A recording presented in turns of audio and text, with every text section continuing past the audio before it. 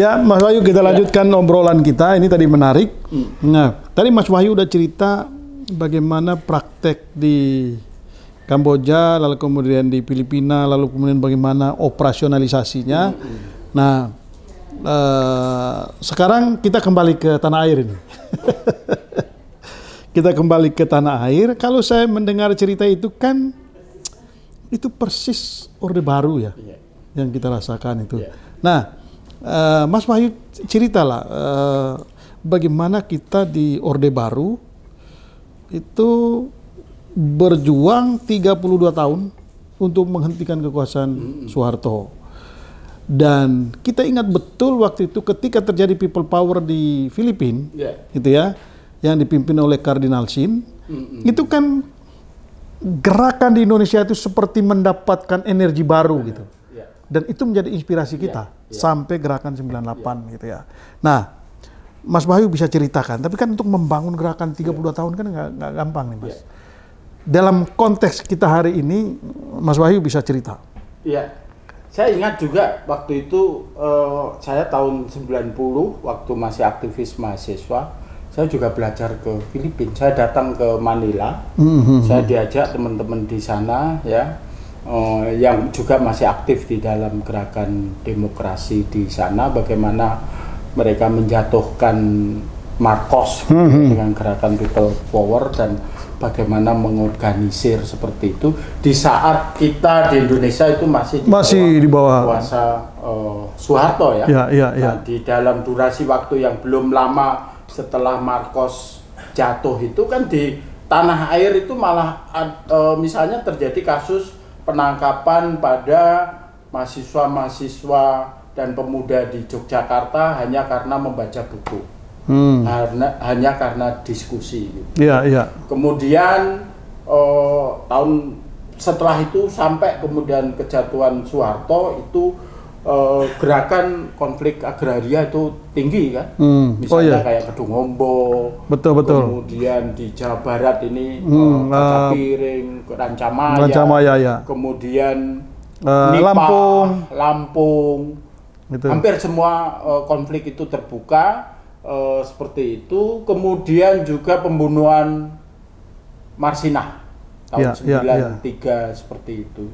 Nah, disitulah sebenarnya kami inspirasi untuk gerakan pro demokrasi atau gerakan people power itu ya salah satunya kita belajar dari Filipina. Ya. Bagaimana kelompok-kelompok akar rumput itu bisa bersekutu dan bisa kemudian menjatuhkan rejim otoritarian Marcos pada saat itu ya. Otoriter seperti itu ya. Nah ini saya kira saya jadi worry ketika kemudian prototipe yang sama itu dipakai lagi di Indonesia. Nah, gini Mas, ketika setelah people power di Filipina, itu kan dunia membahas Filipina itu sebagai sebuah negara baru yang menuju demokrasi modern. Lalu kemudian saya ingat betul bagaimana kita di Indonesia itu belajar dari Filipina soal bagaimana memantau pemilu. Ya kan? Ya kan? Kita mengirim banyak aktivis, ikut misalnya inspirasi dari Namfrel, apa kayak gitu-gitu. Karena kita merasa bahwa wah, ini rujukan demokrasi di Asia Tenggara ini udah Filipina.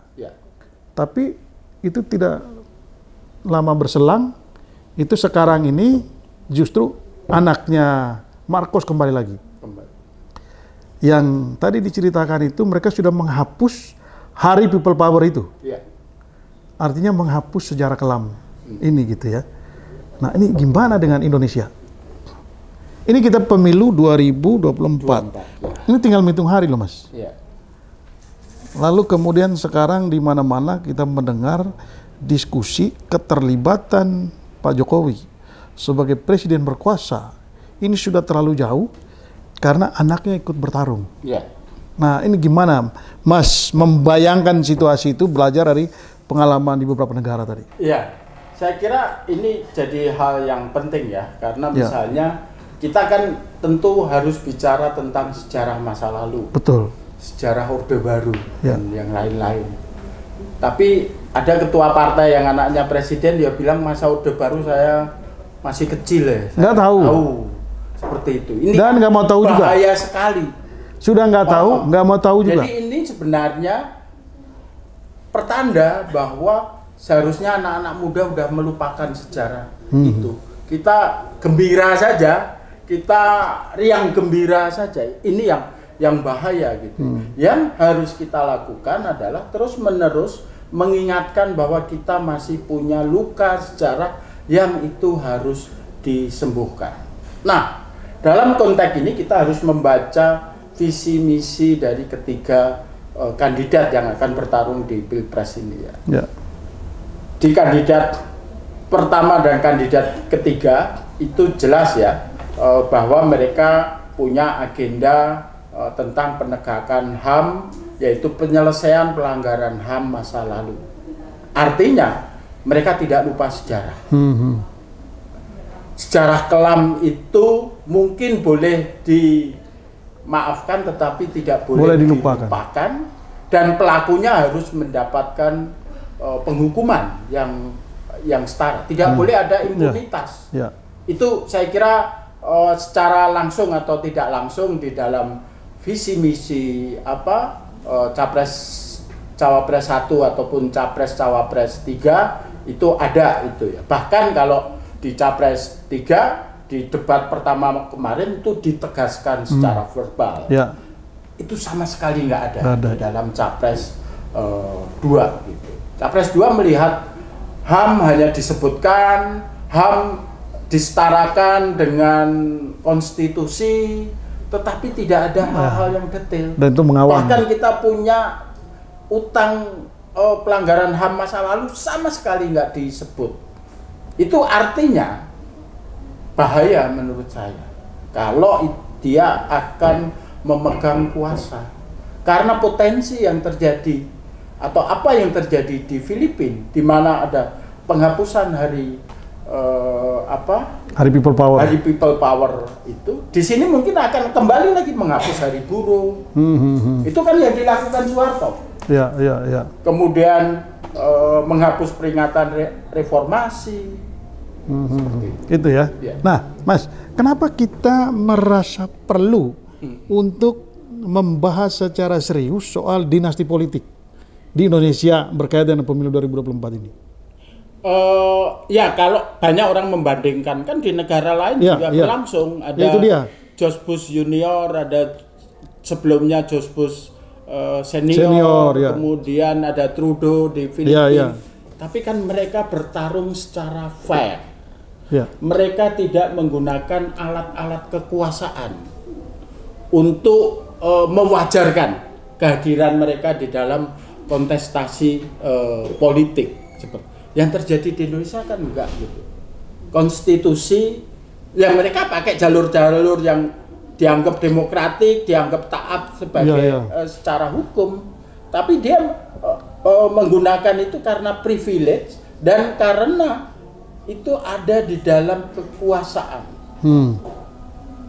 Apa saja kira-kira yang bisa dimanfaatkan oleh katakanlah presiden berkuasa ini untuk memenangkan anaknya? Saya kira yang paling tentu pengaruh ya.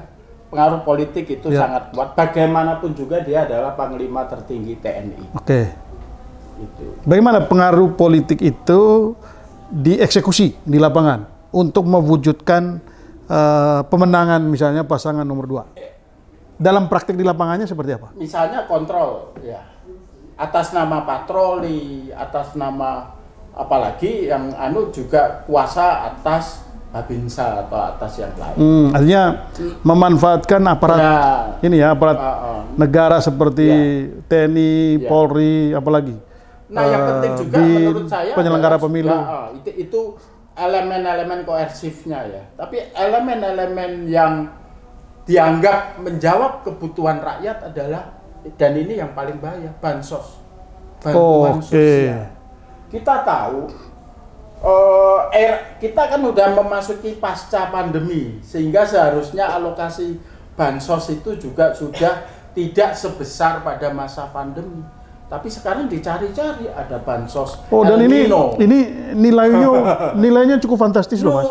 Iya, cukup besar. bantuan tunai sekarang. Padahal kita juga sudah masuk hujan juga gitu kan. Ya. El Nino atau pembagian rice cooker. Ada banyak skema yang menurut saya paling bahaya adalah bansos.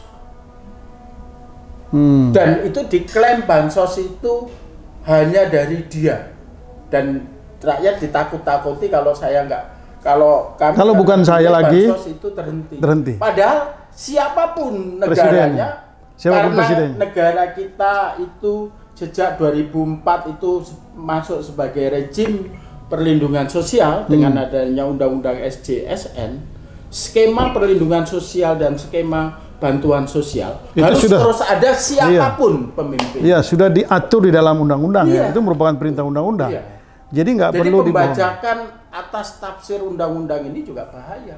Ya kan? Ya. Dan itu dengan begitu membelanjakan anggaran negara itu dengan sewenang-wenang ya. Dan itu menurut saya korupsi politik. Gitu ya. Mau dibilang pork barrel juga, tapi ya ini memang betul-betul dalam tanda petik membeli suara ya.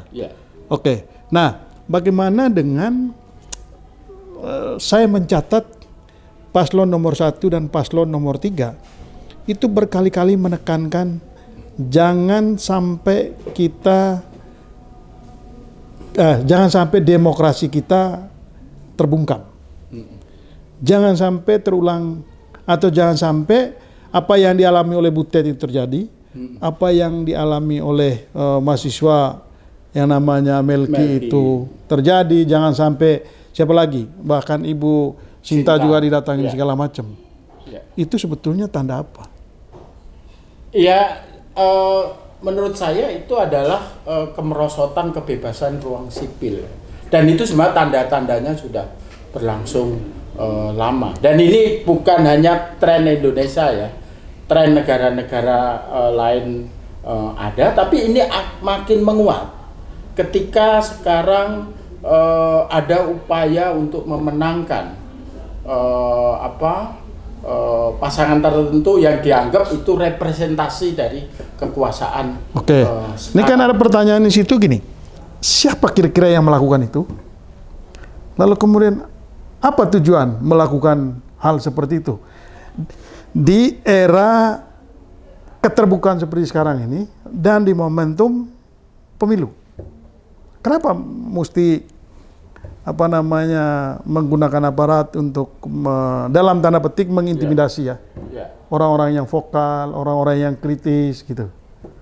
Itu ya kita tentu bisa menebak ya siapa. Apakah memang pengalaman kayak di Kamboja itu memang kalau penguasa itu terlibat itu yang tidak bisa dihindari? Iya, menurut saya ini tentu bisa dilihat dari siapa yang mendapatkan intimidasi gitu ya. Karena adalah teman-teman mahasiswa yang selama ini menyuarakan kritik terhadap itu, terhadap dinasti. Ya, Mas Butet yang bersuara kritis, padahal kita tahu sebelumnya Mas Butet juga sangat sayang sama Pak Jokowi seperti itu. Nah ini mungkin tidak sevulgar yang terjadi di Kamboja ya.